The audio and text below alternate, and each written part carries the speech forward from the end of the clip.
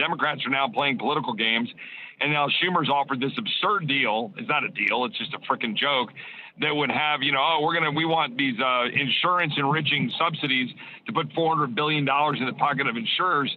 We want a 1-year full extension of that, and we will maybe open the government back for a few weeks. And, we want all this other stuff that's ridiculous. And it's a terrible offer, and it should be rejected out of hand. And let's be very clear. The president is correct to be rattling about the need to reform the filibuster and the extent to which his agenda is being blocked.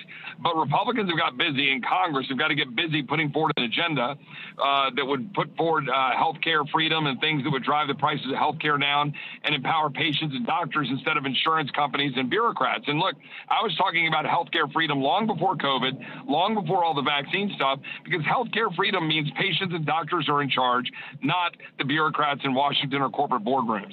And I think that's what we got to remember. The Democrats have taken our healthcare system hostage. Now they're holding the American people hostage with their government so that they can spend more money to enrich insurance bureaucrats. And we should say no, but we should also say yes to healthcare freedom and to lowering prices for healthcare for the average American hardworking family.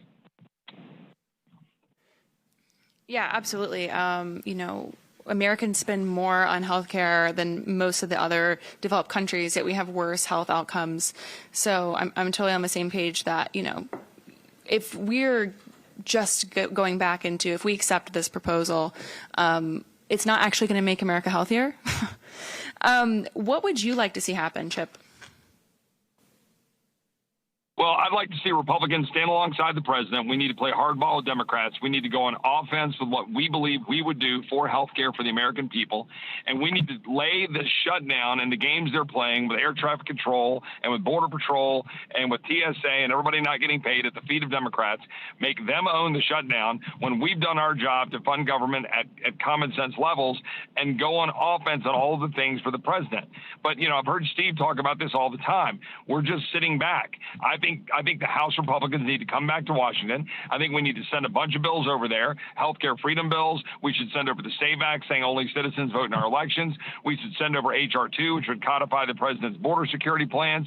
We should send over a bill that would ban congressional stock trading by members of Congress. And I just think we ought to go on offense and make Democrats respond rather than playing defense. The president's winning. Republicans are kind of fiddling while Democrats are trying to get political advantage. While they're advancing, Marxist Islamists in New York, we're sitting back trying to cry about it instead of going on offense saying what we would do for the American people. So I just think we ought to go on offense here in the next few weeks.